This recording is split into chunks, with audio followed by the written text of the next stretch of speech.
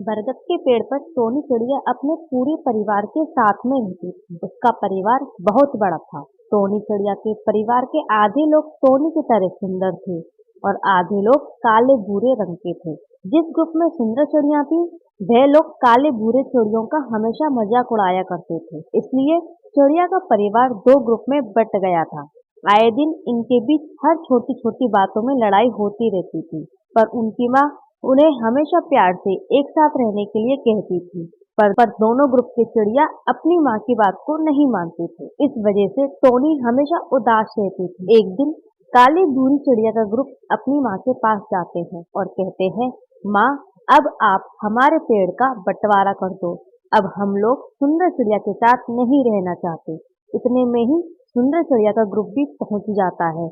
वह भी पेड़ का बंटवारा करने की बात कहते हैं। इस बात से माँ को बहुत हर्ट होता है, पर फिर भी माँ बोलती है, ठीक है, आज रात को सभी सो जाओ, कल सुबह बात करते हैं।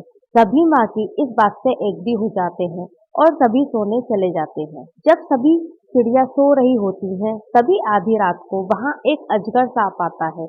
माँ बंटवारे वाली बात से बहुत दुखी थी, इसलिए उसे नींद नहीं आ रही थी। वह कुछ सोचते हुए डाल पर बैठी हुई होती है। तभी उसे सूखे पत्तों की आवाज आती है और वह अपने घर से बाहर देखती है।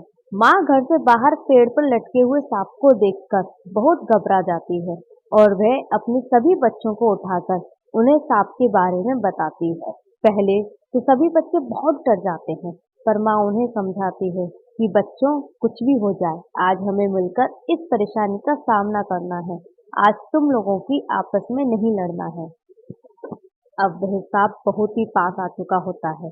तभी माँ के कहने पर सारे बच्चे एक साथ सांप के ऊपर हमला बोल देते हैं। सभी बच्चे सांप को अपनी चोंच और पंजे से नोचने लगते हैं। सांप ने इस हमले के बारे में कभी भी सोचा ही नहीं होता और घबराकर वहां से भाग जाता है। सभी चिड़िया बहुत खुश हो जाती हैं और एक दूसरे को गले लगाते हैं। ये देखकर माँ भी बहुत खुश हो जाती है। अब उन सभी चिड़िया को समझ में आ गया था कि साथ मिलकर रहने से उन लोगों का कोई भी बाल बांका नहीं कर सकता है। तो देखा बच्चों, आपने कैसे चिड़िया के छोटे छोटे बच्चों ने एक साथ मिलकर एक बड़े से सांप को भगा दिया।